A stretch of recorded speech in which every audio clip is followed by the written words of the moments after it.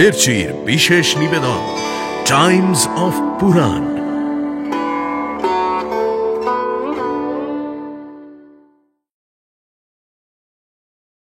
যুদ্ধ কৌশলে আপনি শুক্রাচার্যের তুল্য। কৌরব সেনাদের সেনাপতিত্বের ভার আপনাকেই অর্পণ করলাম পিতামহ। আপনার 5 পুত্রই জীবিত থাকবে।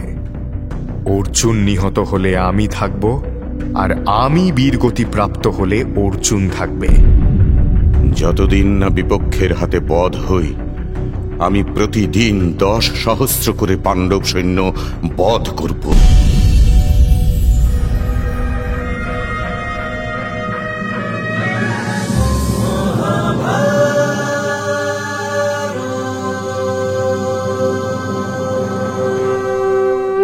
মহাভারত, চিরকালের চিরনতুন। মহর্ষি বেদব্যাস রচিত মহাকাব্য মহাভারতের বাংলা অনুবাদ করেছেন হরিদাস সিদ্ধান্ত বাগীশ, কালীপ্রসন্ন সিংহ, রাজশেখর বসু সহ অনেক বিদগ্ধ পণ্ডিত। সেই সব জনপ্রিয় অনুবাদ এবং প্রচলিত ভাষ্যকে ভিত্তি করে সহজ ভাষায় মহাভারতের নাট্যরূপ দেওয়া হল শুধুমাত্র আপনার জন্য। প্রযোজনা প্যাস্টেল এন্টারটেইনমেন্ট। কুরু রাজসভায় দুর্যোধনের ষড়যন্ত্রে অপমানিত হলেন কৃষ্ণ। ধৃতরাষ্ট্র, গান্ধারী প্রমুখ কারুর কথাই শুনলেন না দুর্যোধন। অনুরাগী অমাত্যদের সঙ্গে নিয়ে কৃষ্ণকে বাঁধার চেষ্টা শুরু করলেন তিনি। আর তখনই তাঁর বিশ্বরূপে প্রকাশিত হলেন কৃষ্ণ। ওদিকে বিরাট নগরে প্রত্যাবর্তনের পথে কর্ণকে তার জন্ম রহস্য জানিয়ে পাণ্ডব পক্ষে আহ্বান করলেন কৃষ্ণ। তারপর সন্ধি প্রস্তাবে ব্যর্থ হয়ে কৃষ্ণ ফিরে যাওয়ার পরে দুর্যোধন এবার সাড়ম্বরে যুদ্ধের জন্য তৈরি হচ্ছে। বিদুরের মুখ থেকে এই সংবাদ শুনে কুন্তির ললাটে দুশ্চিন্তার গাঢ় ছায়া দেখা দিল। কৃষ্ণের মাধ্যমে যুধিষ্ঠিরকে ক্ষাত্রধর্ম পালন করার পরামর্শ দিয়েছে যে রাজমাতা, সেই মাতাই এবার চিন্তায় অধীর হয়ে উঠেছে। কুন্তির চিন্তার কারণ একজনই, কর্ণ। তার প্রকৃতি অতি নিষ্ঠুর। অর্জুনের প্রতি তার তীব্র বিদ্বেষের কথা কুন্তি জানে। দুর্যোধনের সঙ্গে মিলে পাণ্ডবদের বিরুদ্ধে সে যে ঠিক কি ষড়যন্ত্র করবে, মনে মনে তা ভাবতে ভাবতে আকুল হল কুন্তি। কর্ণের কথা যত ভাবে ততই যেন নিজের স্নেহের আস্বাদ করতে পারে পাণ্ডব জননী কুন্তি। কিশোর রাজকুমারদের অস্ত্র শিক্ষার শেষে সেই প্রদর্শনীর দিন, যেদিন কর্ণকে স্বচক্ষে দেখেছিল সে, সেদিন থেকেই তার কুমারী গর্ভের পুত্রের প্রতি অদৃশ্য স্নেহের আকর্ষণ তাকে একই সঙ্গে উন্মনা এবং কণ্টকিত করে রেখেছে। এত দীর্ঘ সময়ের মধ্যে কর্ণের মুখোমুখি একবারও সে দাঁড়ায়নি। আপন জ্যেষ্ঠ পুত্রকে বহু দূর থেকে দেখে নিজের চক্ষু এবং স্নেহকে প্রবোধ দিয়েছে কুন্তি। লোকলজ্জা এবং অসহায়তা তাকে পদে পদে গ্রাস করে রেখেছে। সুতরাং কর্ণকে দেখেও তাকে ক্ষত্রিয় সন্তান হিসেবে স্বীকৃতি দিতে পারেনি কুন্তি। তার জননীর উপস্থিতি সত্ত্বেও সুতপুত্র হিসেবেই থেকে গেল কর্ণ। দুশ্চিন্তায় স্তব্ধ হয়ে বসে থাকা কুন্তির মনে যে কি প্রবল আলোড়ন ঘটছে, বিদুর তা বুঝতে পারল না। কার্যোপলক্ষে বিদুর অন্যত্র চলে গেলে সঠিক সময়ের প্রতীক্ষা করতে লাগল কুন্তি। প্রভাতে এবং মধ্যাহ্নে নদীর তীরে সূর্য বন্দনা করে কর্ণ। লোকচক্ষুর অন্তরালে সম্পূর্ণ একাকী ত্রস্ত চিত্তে সেই নদীর তীরে এসে উপস্থিত হল কুন্তি। দূর থেকে কর্ণের বেদপাঠ শুনতে পাচ্ছিল সে। পূর্বমুখে ঊর্ধ্ববাহু হয়ে জপ করছে কর্ণ। মধ্যাহ্ন সূর্যের প্রখর তাপে পীড়িত হয়েও কর্ণের পূজা সমাপনের প্রতীক্ষায় নীরবে দাঁড়িয়ে রইল কুন্তি। দীর্ঘক্ষণ পরে জপাহ্নিক সমাপন করে আপন উত্তরীয়র সন্ধানে পিছন ফিরে কুন্তিকে দেখতে পেল কর্ণ। নদীর নিরালা তীরে তীব্র খরতাপে কুন্তিকে স্থিরভাবে দাঁড়িয়ে থাকতে দেখে চারপর্নাই বিস্মিত হল সে। যুক্ত করে মাথা নত করে কুন্তির মুখোমুখি দাঁড়িয়ে ধীর, শান্ত এবং বিনীত কণ্ঠে কর্ণ বলল, আমি রাধার গর্ভজাত অধিরথের পুত্র কর্ণ আপনাকে সশ্রদ্ধ অভিবাদন জানাচ্ছি। আপনি স্বয়ং কিসের আশায় আমার কাছে এসেছেন দেবী? আমি আপনার জন্য কি করতে পারি? আদেশ করুন। না কর্ণ, তুমি রাধার গর্ভজাত নও, কিংবা সারথী অধিরথ তোমার পিতা নন।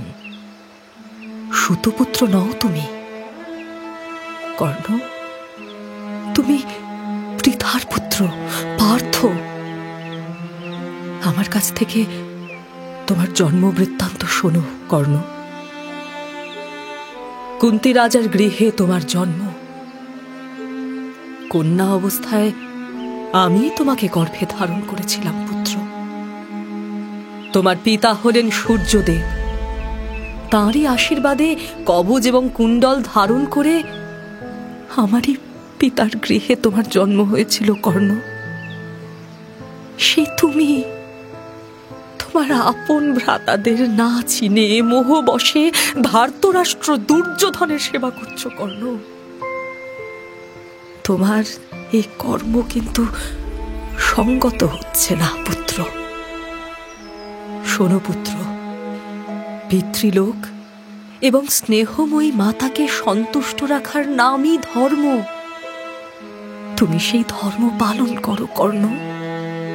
যে রাজত্ব একসময় অর্জন করেছিল অর্জুন, এখন সেই রাজ্যকেই দুর্যোধনের হাত থেকে ছিনিয়ে এনে তুমি ভোগ করো পুত্র। রাম এবং কৃষ্ণের মতো আজ কর্ণ এবং অর্জুন একসঙ্গে মিলিত হোক। তুমি সুতপুত্র নও কর্ণ, তুমি ক্ষত্রিয়।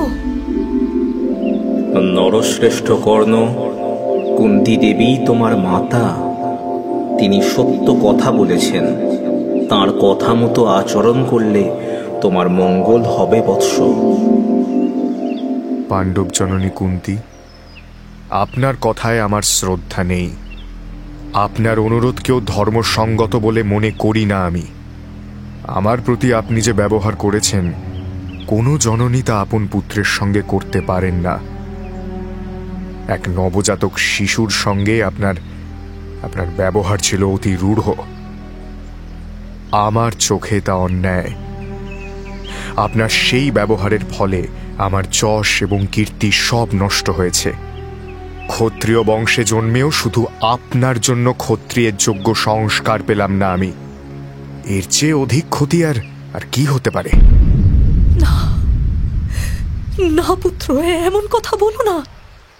তুমি যদি ক্ষত্রিয় না হও, তাহলে আর কে ক্ষত্রিয় আছে? যে সময় সর্বসমক্ষে আপনার এই কথা বলা উচিত ছিল, যে সময় আমার ক্ষত্রিয় রক্তকে স্বীকৃতি দেওয়ার প্রয়োজন ছিল, সে সময় আপনি তা করেননি। ক্ষত্রিয় জননী, এখন আমাকে ধর্মপথে নিয়ে যেতে এসেছেন? দেবী কুন্তী, যে কোনো মহাবীরী কৃষ্ণ এবং অর্জুনের মিলিত শক্তিকে ভয় পায়।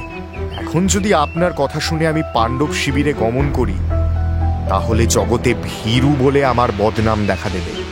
আমি তা চাই না। পূর্বে আমি পাণ্ডবদের ঘোর শত্রু ছিলাম। এখন যুদ্ধের সময় তাদের ভ্রাতা হয়ে গেলে পৃথিবীর যোদ্ধারা আমাকে উপহাস করবেন। কর্ণ, যুধিষ্ঠির তোমাকে অপমানিত হতে দেবে না। আর জনার্দন, তিনি তোমাকে রাজ সিংহাসন দান করবেন কর্ণ। তোমার মতন এমন প্রবল প্রতাপ রাজ চক্রবর্তীকে উপহাস করার ক্ষমতা কার আছে?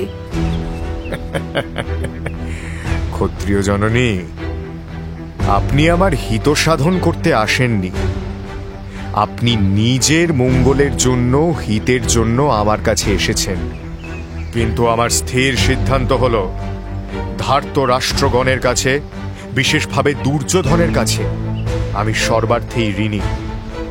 তারা সকলেই আমার সুখ এবং রুচি অনুসারে নিজেদের সম্পদের অংশ আমাকে অর্পণ করেছেন। আমার প্রতি তারা সকলেই আস্থাশীল। আমাকে কেন্দ্রে রেখে যুদ্ধের কৌশল তৈরি করছেন তারা। আমার প্রতি তারা শ্রদ্ধাশীল। তাদের সঙ্গে আমি সম্পর্ক ছিন্ন করব কি করে? রাজার অনুগ্রহে, রাজার সম্মানে জীবন ধারণ করে প্রয়োজনের সময় যে তাকে ত্যাগ করে চলে যায়, সেই কৃতজ্ঞ নরাধমের ইহকাল এবং পরকাল কোনো কিছুই আর অবশিষ্ট থাকে না মাতা কুন্তী।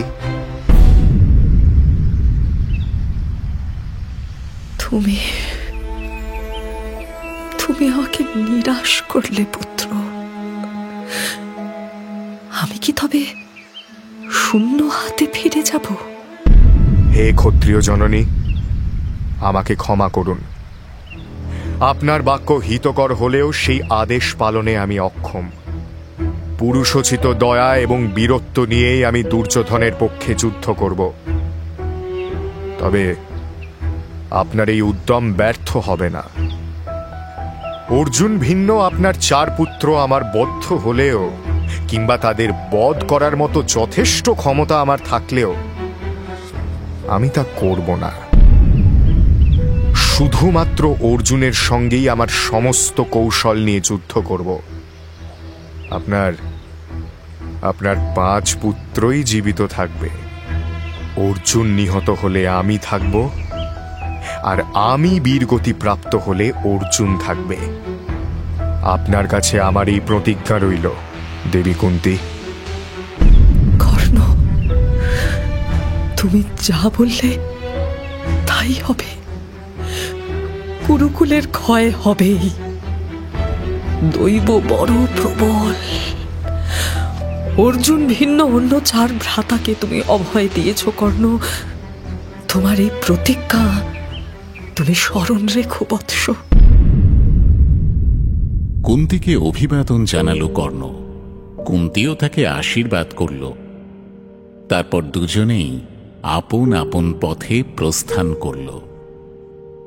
এদিকে হস্তিনাপুর থেকে পাণ্ডবদের কাছে ফিরে এলেন কৃষ্ণ। পাণ্ডবরা এবং অন্য বীররা তার কথা শোনার জন্য প্রবল উৎসাহী হয়ে উঠল। সর্বাগ্রে যুধিষ্ঠির জিজ্ঞাসা করল, কেশব, হস্তিনাপুরের সকল গুরুজন আর আমাদের জননী কুশলে আছেন তো? তোমার শান্তি দৌত্যর প্রত্যুত্তরে কুরুসভার প্রাজ্ঞরা কি বললেন কেশব? তোমার মুখে সকল কথা শোনার জন্য আমি বড় অধৈর্য হয়ে পড়েছি জনার্দন। আপনাকে অভিবাদন জানাই মহারাজ যুধিষ্ঠির। হস্তিনাপুরের সকলেই কুশলে আছেন। পুত্র শোকাতুরা জননী কুন্তী দেবী আপনাদের সকলকে বিশেষ কিছু বার্তা এবং স্নেহাশীর্বাদ দিয়েছেন। কিন্তু দুর্যোধন আমার শান্তি দত্তের কোনো মর্যাদাই রাখল না। আমি দুর্যোধনকে অবজ্ঞা করে কর্ণ এবং শকুনিকে ভয় দেখিয়েছি। পাশা খেলার সেই ঘটনার বহু নিন্দা করেছি। এমনকি দুর্যোধনকে বলেছি যে আপনারা সর্বদা ধৃতরাষ্ট্র, ভীষ্ম এবং বিদুরের আজ্ঞাধীন থেকে দুর্যোধনকে আপনাদের নিজস্ব রাজ্যের কিয়দংশ শাসন করার ভার দেবেন। কুরুবৃদ্ধগণ যে হিতকর উপদেশ দিয়েছেন তা পালন করার জন্য দুর্যোধনকে অনেক অনুনয় করেছি মহারাজ। আপনাদের 5 ভাইকে 5টি অন্তত গ্রাম দেওয়ার কথাও বলেছি। কেশব, তোমার এই মঙ্গলজনক প্রস্তাবের কোনো প্রত্যুত্তর দিল না দুর্যোধন? না মহারাজ, দিল না। আমি আপনাদের জন্য কৌরব সভায় সাম, দান ও ভেদ এই 3টি নীতিরই প্রয়োগ করেছি, কিন্তু সে সব নিষ্ফলা থেকে গেছে মহারাজ। এখন 4র্থ নীতি দণ্ড ব্যতীত অন্য কোনো পথ খোলা নেই। দুর্যোধন বিনা যুদ্ধে আপনাকে রাজ্য দেবে না। কৌরব পক্ষের বীরগণ এখন বিনাশকালের প্রতীক্ষা করছে মহারাজ। কুরুক্ষেত্রেই ওদের বিনাশ ঘটবে। কেশব, আর কোনো উপায় নেই। শান্তি এবং সন্ধির যে ক্ষীণ সম্ভাবনা ছিল সে সকল এখন অস্তমিত। অনুজগণ, তোমরা সকলেই কেশবের কথা শুনেছ। এবার যুদ্ধ ছাড়া সম্মুখে আর কোনো উপায় দেখতে পাচ্ছি না। পরমেশ্বরের যখন সেরকমই ইচ্ছা তখন তাই হবে। আমাদের অনুকূলে 7 অক্ষয়হীনী সৈন্য সমবেত হয়েছে। সর্বাগ্রে সেই সৈন্যদের বিভাগ করা প্রয়োজন। মহারাজ, এই কাজটি অতি গুরুত্বপূর্ণ। বিচক্ষণ ব্যক্তি ব্যতীত এই কাজ সম্ভব নয়। কেশব, আমাদের 7 অক্ষয়হীনী সেনার 7 জন নায়ক আছেন। ধৃষ্টদ্যুম্ন, বিরাট, চেকিতান, শিখণ্ডী, সাত্যকী এবং ভীমসেন। কিন্তু এই বিপুল পরিমাণ সেনার বিভাজন কিভাবে হবে, কে তাদের বিভাজন করবেন, সেই বিষয়ে বিবেচনা করার জন্য আমি সহদেবের উপর নির্ভরশীল। নির্ণায়ক হিসেবে সহদেবের ভূমিকাকে বিশেষ সম্মান করি আমি। অনুজ সহদেব, এই দুরূহ কর্মের ভার কাকে দেওয়া উচিত বলে মনে করছো তুমি? মহারাজ, এই কাজের যোগ্য হলেন মৎস্যরাজ বিরাট। ইনি আমাদের প্রতি আন্তরিক সহানুভূতিশীল। আর পাঞ্চাল রাজ দ্রুপদ সেনানায়ক হওয়ার যোগ্য। বয়সে এবং কুলমর্যাদায় ইনি শ্রেষ্ঠ। ভরদ্বাজের শিষ্য ইনি। দ্রোণাচার্য এবং পিতামহ ভীষ্মের সঙ্গে যুদ্ধ করার স্পর্ধা একমাত্র তাঁরই আছে। মহারাজ, অনুমতি করেন তো আমি কিছু বলতে চাই। বলো অর্জুন, তুমি তো আমাদের শক্তিবৃত্তের মূল কেন্দ্র। সেনানায়ক হিসেবে কারো কথা ভেবেছ সব্যসাচী? মহারাজ, তপস্যার প্রভাবে এবং ঋষিগণের অনুগ্রহে যে সশস্ত্র দিব্য পুরুষ যজ্ঞাগ্নি থেকে উৎপন্ন হয়েছিলেন, সেই ধৃষ্টদ্যুম্নই সেনাপতি হবার যোগ্য। তুমি যথার্থই বলেছ ধনঞ্জয়। ভ্রাতা ভীমসেন, তুমি কি কারো নাম উল্লেখ করবে? সিদ্ধগণ বলে থাকেন যে দ্রুপদ পুত্র শিখণ্ডী ভীষ্মকে বধ করবেন বলে জন্ম নিয়েছেন। একে অস্ত্র দ্বারা বধ করা সম্ভব নয়। এই শিখণ্ডী সেনাপতি হওয়ার যোগ্য। কৃষ্ণ, তুমি আমাদের জয় পরাজয়, সুখ দুঃখ সকলের মূল কারণ। আমাদের নিয়ন্তা তুমি, জগতের সৃষ্টিকর্তা এবং রক্ষাকর্তাও তুমি। তুমি বলো কেশব, আমাদের সেনাপতি তাহলে কে হবেন? মহারাজ, এতক্ষণ যাদের নাম করা হলো তারা সকলেই সেনাপতি হওয়ার যোগ্য। আপনি নির্ভয় চিত্তে সৈন্য যোজনা করুন মহারাজ। আপনাদের সম্মুখে কৌরব বীরগণ তুচ্ছ হয়ে যাবেন। পাণ্ডব সেনাদের দায়িত্ব আমি ধৃষ্টদ্যুম্নকেই দিতে চাই মহারাজ। কেশব, তোমার ইচ্ছাই শিরোধার্য। ধৃষ্টদ্যুম্নই আমাদের সেনাপতি হবেন। আগামীকাল প্রভাতে আমরা অস্ত্র পুজো এবং রক্ষাসূত্র বন্ধন করে যুদ্ধযাত্রা শুরু করব। পাণ্ডব শিবিরে এবার যুদ্ধসজ্জা শুরু হল। 7 অক্ষৌহিনী সেনার মধ্যে প্রবল আলোড়ন জন্ম নিল। হস্তি ও অশ্বের ধ্বনিতে, রথচক্রের ঘর শব্দে, শঙ্খ দুন্ধুবির প্রবল নিনাদ চতুর্দিকে পরিব্যাপ্ত হয়ে গেল।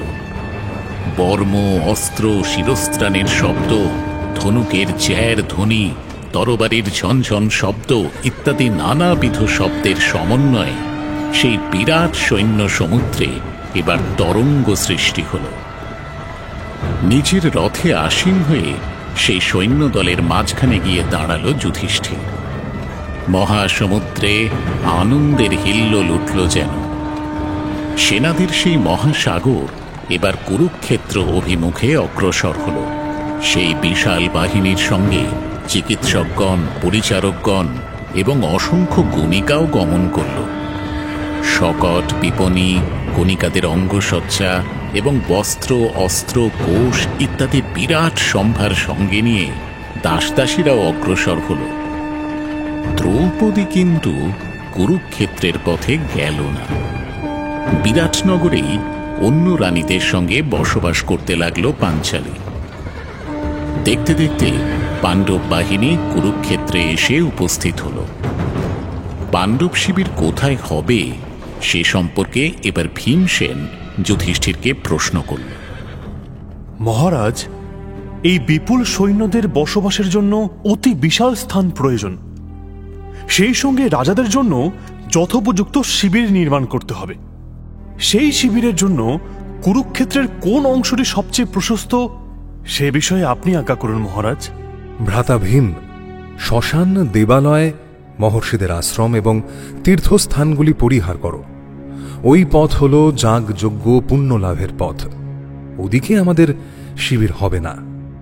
এমন এক সমতল অংশের সন্ধান করতে হবে যেখানে তৃণভূমি এবং কাঠের পর্যাপ্ত যোগান রয়েছে। সেই সঙ্গে জল, মধু, তুষ, ধুনা ইত্যাদির যোগানও অনন্ত। এমন স্থানেরই সন্ধান করতে বলো ভীমসেন। সেখানেই শিবির তৈরির কাজ শুরু হোক। যুধিষ্ঠিরের আদেশ অনুসারে এমন স্থানে খুঁজে পেল ভীমসেন। কুরুক্ষেত্রের সেই স্থানে পাণ্ডব শিবিরের নির্মাণ শুরু হল।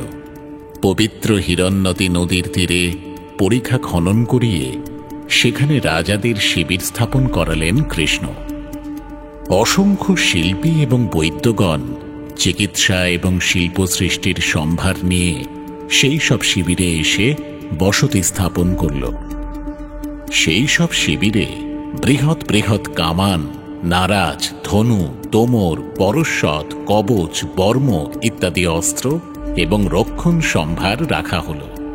কিন্তু সৈন্য যোজনা এবং শিবির স্থাপনের পরেও যুধিষ্ঠিরের মুখমণ্ডল থেকে বিষণ্ণতা অন্তর্হিত হল না। আমাদের বনবাসের ক্লেশ, দুঃখ ভোগ, আত্মপীড়ন ইত্যাদি কোনো কিছুই সম্ভাব্য অনর্থকে নিবারণ করতে পারল না। সেই মহা অনর্থই এখন আমাদের সামনে এসে উপস্থিত হল। যারা অবদ্ধ, যারা স্নেহশীল গুরুজন, তাদের বধ করব কি করে? গুরুজন, বৃদ্ধ এবং জ্ঞাতিদের হত্যা করে তাদের মৃতদেহের উপর বিজয় যাত্রা কি করে করব? আমরা কি করে করব? মহারাজ, ঋষিকেশ কৃষ্ণ, খুল্লতাৎ বিদুর এবং জননী কুন্তী কখনো আমাদের অধর্ম করতে আদেশ দেবেন না। এখন যুদ্ধ করতে এসে তা না করে ফিরে যাওয়াকে কর্তব্য বলে না, এটা অধর্ম। যুদ্ধ না করে ফিরে যাওয়ার মানে সেই অধর্মের আচরণ করা। প্রাণ থাকতে তা করবেন না মহারাজ। অর্জুন যথার্থই বলেছে। মহারাজ যুধিষ্ঠির, যুদ্ধভূমিতে কোনো স্বজন হয় না, সেখানে হয় শত্রু আর না হলে মিত্র। অতএব শোক ভুলে আপনি যুদ্ধের কথা চিন্তা করুন মহারাজ।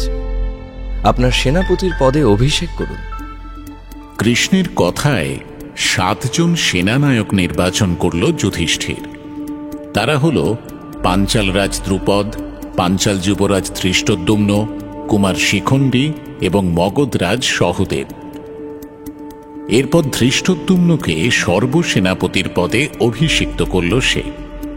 সেনাপতিদের অধীশ্বর রূপে অভিষিক্ত হল অর্জুন, এবং অর্জুনের নিয়ন্তা ও সারথী রূপে নির্বাচিত হলেন কৃষ্ণ। পাণ্ডবদের সেনানায়ক নির্বাচন যখন চূড়ান্ত, এমন সময় নীলবর্ণ পট্টবসনধারী দীর্ঘাকৃতি সিংহতুল্য গতি রক্তনয়ন মহাবাহু বলরাম এসে যুধিষ্ঠিরের ভবনে প্রবেশ করলেন। তার সঙ্গে এলেন অক্রূর, গদ, শাম্ব, প্রদ্যুম্ন, উদ্ধব প্রমুখ বৃষ্ণিক বীরগণ। সপার্শ্বদ বলরামকে দেখে কৃষ্ণসহ সকল পাণ্ডব এবং অন্য মিত্র রাজাগণ শোষক ব্যস্ত হয়ে উঠে দাঁড়ালেন। বৃদ্ধ বিরাট, দ্রুপদ প্রমুখ রাজার সামনে নত হয়ে প্রণাম জানালেন বলরাম। তারপর কৃষ্ণ প্রমুখ সকলের অভিবাদনের পর যুধিষ্ঠির স্বয়ং হাত ধরে বলরামকে এক স্বর্ণ সিংহাসনে উপবেশন করাল। পাণ্ডবপক্ষীয় সকল রাজা তাকে ঘিরে উপবেশন করার পরে বলরাম বললেন, যুধিষ্ঠির, এবার অতি তীব্র এবং নিদারুণ লোকক্ষয় দেখা দেবে। এই ঘটনাকে অবশ্য আমি দৈবের বিধান বলেই মেনে নিচ্ছি। সুতরাং একে অতিক্রম করার ক্ষমতা মানুষের নেই। যুদ্ধ শেষে আপনাকে এবং আপনার বন্ধুবর্গকে নিশ্চয়ই নিরোগ এবং অক্ষত দেহী দেখতে পাবো বলে আশা রাখি। পৃথিবীর ক্ষত্রিয় বর্গের মরণকাল ঘনিয়ে এসেছে বলেই এবার তাদের রক্তে পৃথিবীর পথ কর্দমাক্ত হয়ে যাবে। হ্যাঁ, এই যুদ্ধ একান্তই দৈবাধীন, আমি নিশ্চিত। কিন্তু কিন্তু কৃষ্ণ, আজ্ঞা করুন জ্যেষ্ঠ ভ্রাতা। তোমাকে একান্তে আমি বারংবার বলেছিলাম না, কৌরব এবং পাণ্ডবদের সঙ্গে আমাদের সমান সম্পর্ক। বিশেষ করে বৈবাহিক সূত্রে তুমি দুর্যোধনের অতি নিকটজন। তোমাকে বলেছিলাম না কৃষ্ণ? আগে হ্যাঁ জ্যেষ্ঠ, আমাকে বলেছিলেন আপনি। আমাদের সঙ্গে যাদের সমান সম্পর্ক তাদের সমানভাবে সাহায্য করা উচিত নয় কি? তোমাকে দুর্যোধনকেও সহায়তা করতে বলেছিলাম আমি। অর্জুন যতবার তোমার কাছে এসেছেন, দুর্যোধনও কি ততবার আসেননি? তোমার কাছে হাত পাতেনি সে? কি হলো কৃষ্ণ, বলো তুমি। আগে জ্যেষ্ঠ ভ্রাতা, আপনি যথার্থ বলেছেন, দুর্যোধনও আমার কাছে এসেছিল। কিন্তু তুমি কি করলে? পক্ষপাত ভিন্ন আর কি করলে তুমি কৃষ্ণ? অর্জুনের প্রতি তোমার স্নেহ, তোমার ভালোবাসা, এসবের সামনে দুর্যোধনের প্রতি তোমার কর্তব্য বিস্মৃত হলে তুমি। আমাকে ক্ষমা করবেন জ্যেষ্ঠ, আমার প্রতি আপনার এই অভিযোগ সঠিক নয়। দুর্যোধনকে আমি নারায়ণী সেনা দান করেছি, যুদ্ধে তারা আমারই সমান। মহারাজ যুধিষ্ঠির, শুধুমাত্র তোমার জন্য কৃষ্ণ আমার পরামর্শ শোনেনি। তোমার মুখ চেয়ে সকল দিক থেকে অর্জুনকে সাহায্য করছে কৃষ্ণ। না, সাহায্য নয়, আত্মনিয়োগ করেছে কৃষ্ণ। কৃষ্ণ এভাবে মন প্রাণ দিয়ে যেখানে থাকে সেখানেই জয় অবধারিত। তুমি জিতবে যুধিষ্ঠির, এ আমি নিশ্চিত জানি। ভ্রাতা বলরাম, এই যুদ্ধে আমাদের পাশে তুমি থাকবে তো? ভীমের গদা যে তোমার কাছে ঋণী বলরাম। না মহারাজ যুধিষ্ঠির, কৃষ্ণের বিরুদ্ধাচরণ আমি করতেই পারি না, ভিন্ন পথে যেতেও পারি না। আমি কৃষ্ণ ব্যতীত অন্য কারো প্রতি দৃষ্টি দিতেই পারি না। সুতরাং কৃষ্ণ যা চায় আমি সে কাজই করব। গদা যুদ্ধে ভীম এবং দুর্যোধন উভয়ই আমার শিষ্য, উভয়ই আমার কাছে সমান, তাদের প্রতি আমার স্নেহ সমান। কৌরবদের বিনষ্ট হতে দেখতে পারবো না আমি। সুতরাং সরস্বতী তীর্থে গমন করব আমি। পাণ্ডব শিবিরে তখন নৈঃশব্দ। আপন আবেগে তার কথা শেষ করে গাত্রোত্থান করলেন বলরাম। সভার সকলেই উঠে দাঁড়িয়ে শ্রদ্ধা জানালেন। কনিষ্ঠগণ প্রণাম করলেন তাকে। এবার বলরামের পথ অনুসরণ করলেন কৃষ্ণ স্বয়ং। কিছু দূর অব্দি অগ্রসর হয়ে জ্যেষ্ঠকে প্রণাম করলেন কৃষ্ণ। তারপর বলরামের আদেশে পুনরায় পাণ্ডব শিবিরে প্রত্যাবর্তন করলেন তিনি। বলরাম প্রস্থান করলে ভীষ্মকের পুত্র রুক্মী এক অক্ষৌহিনী সৈন্য নিয়ে উপস্থিত হল। আপন অধ্যবসায় এবং শক্তির জোরে অর্জুনের গান্ডীবের তুল্য ঐন্দ্রধনু লাভ করেছিল সে। প্রবল ক্ষমতাশালী এবং মহাযোদ্ধা রুক্মী এসে অর্জুনকে প্রশ্ন করল, অর্জুন, তুমি কি ভয় পেয়েছ? কৌরব সেনার সংখ্যা পাণ্ডবদের থেকে অনেক বেশি। তুমি কি তাই পরাজয়ের ভয় পাচ্ছ? যদি তোমার আশঙ্কা থাকে তাহলে আমার কাছে সাহায্য প্রার্থনা করো। আমার সামনে স্বর্গের কোনো দেবতা, দানব, যক্ষ, রক্ষ কেউই দাঁড়াতে পারে না। মানুষ তো অতি তুচ্ছ। সমুদ্রের মতো এই যে বিশাল সেনাবাহিনী আমার দেখছ, এদের অসাধ্য কিছুই নেই। কোনো বীরকে প্রয়োজন নেই আমার। আমি একাই তোমাদের রাজ্য উদ্ধার করে দিচ্ছি। আমি ক্ষত্রিয়, ভয় কাকে বলে আমি জানি না। স্বর্গলোকের শ্রেষ্ঠ যুদ্ধবিদ্যা আয়ত্ত করেছি আমি।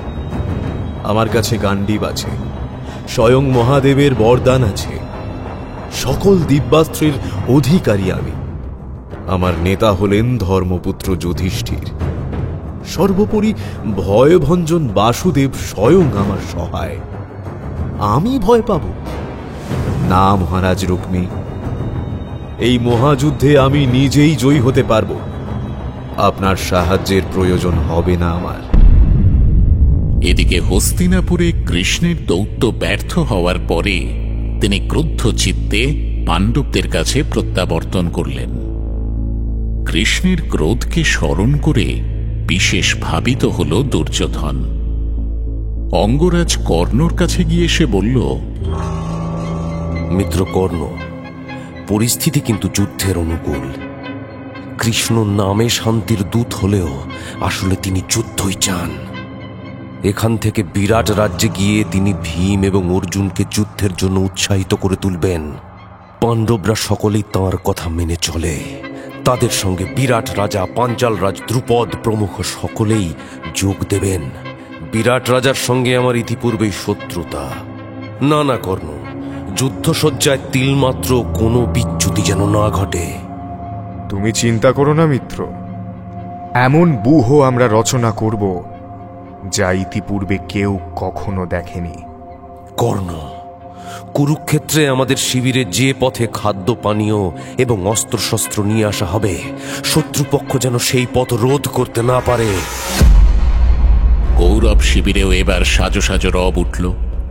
রাত্রি প্রভাত হলেই কৌরব শিবিরের 11 অক্ষৌহিনী সেনার বিভাজন শুরু করল দুর্যোধন। তারপর হাত জোড় করে ভীষ্মের সামনে দাঁড়িয়ে সে বলল, পিতামহ, এই পৃথিবীতে আপনার তুল্য মহাবীর রণকৌশলী যোদ্ধা নেই। যুদ্ধ কৌশলে আপনি শুক্রাচার্যের তুল্য। কৌরব সেনাদের সেনাপতিত্বের ভার আপনাকেই অর্পণ করলাম পিতামহ। দুর্যোধন, দুর্যোধন, আমার কাছে পাণ্ডব এবং কৌরবে কোনো ভেদ নেই, কিন্তু তাও প্রতিজ্ঞা অনুসারে আমি তোমার হয়েই যুদ্ধ করব। অর্জুন ভিন্ন আমার সঙ্গে যুদ্ধ করার মতো আর কোনো যোদ্ধা পাণ্ডব পক্ষে নেই। কিন্তু দুর্যোধন, পাণ্ডবদের বধ করা আমার পক্ষে অত্যন্ত কঠিন। পাণ্ডব পক্ষের সৈন্য বিনাশ করতে নিশ্চয়ই দ্বিধা করবেন না পিতামহ। আপনার কাছে এই অনুরোধ করছি, যতদিন না বিপক্ষের হাতে বধ হই, আমি প্রতিদিন 10,000 করে পাণ্ডব সৈন্য বধ করব। কিন্তু দুর্যোধন, দুর্যোধন, আমার মনে হয় তোমার কর্ণকেই সেনাপতি করা উচিত, আমাকে নয়। কর্ণ হয়তো আমার চেয়ে অনেক বড় কৌশলী। না, যতদিন ভীষ্ম জীবিত আছেন আমি সেনাপতি হব না, অর্জুনের সঙ্গে যুদ্ধও করব না। তুরি, ভেরি, শঙ্খ ইত্যাদির অনবাদ্য বেজে উঠল। এবার দুর্যোধন ভীষ্মকে সেনাপতির পদে বরণ করে নিয়ে সৈন্যসহ কুরুক্ষেত্র অভিমুখে গমন করল। কিন্তু হস্তিনাপুরে সেই সময় দেখা দিল নানা প্রকার দুর্লক্ষণ।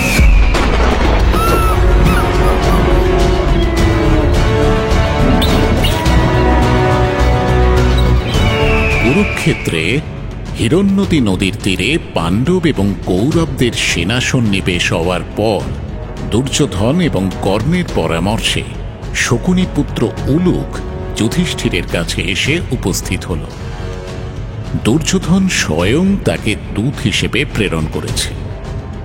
যুধিষ্ঠিরের কাছে এসে উলুক বলল, প্রণাম জ্যেষ্ঠ পাণ্ডব। মহারাজ দুর্যোধনের দূত হিসেবে আপনার কাছে উপস্থিত হয়েছি আমি। তিনি এই পত্রে আপনার জন্য যে বার্তা প্রেরণ করেছেন তা আমি পাঠ করছি। যুধিষ্ঠির, তুমি সকল প্রাণীকে অভয় দিয়ে থাকো, তবে এখন জগৎ ধ্বংসের মতো এমন এক নিষ্ঠুর কাজ তুমি করছো কেন? দুরাত্মা যুধিষ্ঠির, তুমি বিড়ালের মতো চাতুর্য অবলম্বন করে জ্ঞাতিদের প্রতারণা করেছ। তুমি 5টি গ্রাম চেয়েছিলে, কিন্তু আমি দিইনি। কেন জানো? কারণ আমি চাই যে তুমি ক্রুদ্ধ হয়ে আমাদের সঙ্গে যুদ্ধ করো। এবং কৃষ্ণকেও বলছি, হস্তিনাপুরে যে মায়া তুমি দেখিয়ে গিয়েছিলে তা দেখে অন্যরা ভয় পেলেও আমি পাইনি। আসলে তুমি কংসের ভৃত্য, সুতরাং কোনো রাজাই তোমার সঙ্গে যুদ্ধ করেন না। দুর্যোধনের এত বড় সাহস! মহারাজ যুধিষ্ঠিরকে বাসুদেব কৃষ্ণকে অপমান করে। ভ্রাতা ভীম, উলুকের প্রতি ক্রুদ্ধ হবেন না, ও তো দূত মাত্র। শোনো উলুক, তুমি দুর্যোধনকে গিয়ে বলো যে তার বার্তা আমরা বুঝতে পেরেছি। তিনি যা চাইছেন এবার ঠিক তাই হবে। কৌরব শিবিরে ফিরে গেল উলুক। তার মুখ থেকে সব কথা শোনার পর দুপক্ষের রথী, মহারথ এবং অতিরথ গণনার কাজ শুরু করলেন ভীষ্ম। কৌরব পক্ষের বীরগণকে গণনা করে তিনি জানালেন যে ভূরিশ্রবা, শল্য, কৃপাচার্য, দ্রোণাচার্য এরা সকলেই অতিরথ। ভগদত্ত, সত্যবান, অলম্বুস প্রমুখ হল মহারথ। মহারাজ ধৃতরাষ্ট্রের পৌত্রগণ সকলেই রথী। অপরদিকে দ্রৌপদীর 5 পুত্র দ্রুপদ এবং বিরাট সকলেই মহারথ। অভিমন্যু, সাত্যকী, ধৃষ্টদ্যুম্ন, দ্রুপদপুত্র সত্যজিৎ, ঘটোৎকচ, পুরুজিৎ হল অতিরথ। ভীম একাই 8 রথীর সমান। অর্জুন ভিন্ন বাকি পাণ্ডবরা সকলেই রথী। স্বয়ং নারায়ণ যার সহায়, সেই অর্জুনকে গণনার বাইরেই রাখলেন ভীষ্ম। আর কর্ণ? দুর্যোধনের প্রশ্নের উত্তরে যে ব্যঙ্গবর্ষণ করলেন তিনি, তা শুনে কৌরব শিবিরেই গৃহযুদ্ধ বেঁধে যাওয়ার উপক্রম হল। এবার ভীষ্মের পাশে এসে দাঁড়ালেন গুরুদ্রোণ। ওদিকে ক্ষোভে এবং অপমানে ফুঁসে উঠল অঙ্গরাজ কর্ণ। কৌরব পক্ষে যুদ্ধ করবেন না বলে জানিয়ে দিলেন কর্ণ। ওদিকে পাণ্ডবদের বধ করবেন না বলে জানিয়ে দিলেন ভীষ্ম এবং দ্রোণাচার্য। তারপর শুরু হল যুদ্ধযাত্রা। দুপক্ষের সেই বিশাল বাহিনীকে কারা নেতৃত্ব দিলেন, সেই বিবরণ নিয়ে ফিরে আসছি আগামী পর্বে। শুনলেন মহাভারত।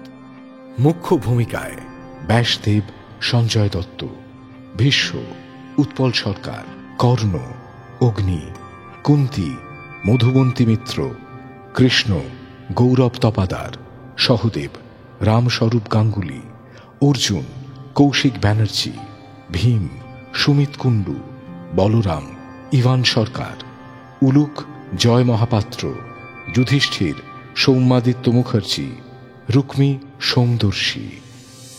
নাট্যরূপ মহুয়া ব্যানার্জি, শব্দগ্রহণ ও আবহ সত্যজিৎ সেন, শব্দ পরিকল্পনা ও মিশ্রণ সব্যসাচী মুখার্জি, পরিচালনায় শাওলি মজুমদার, সৃজনশীল পরিচালনা ইন্দ্রাণী চক্রবর্তী, প্রযোজনা প্যাস্টেল এন্টারটেইনমেন্ট।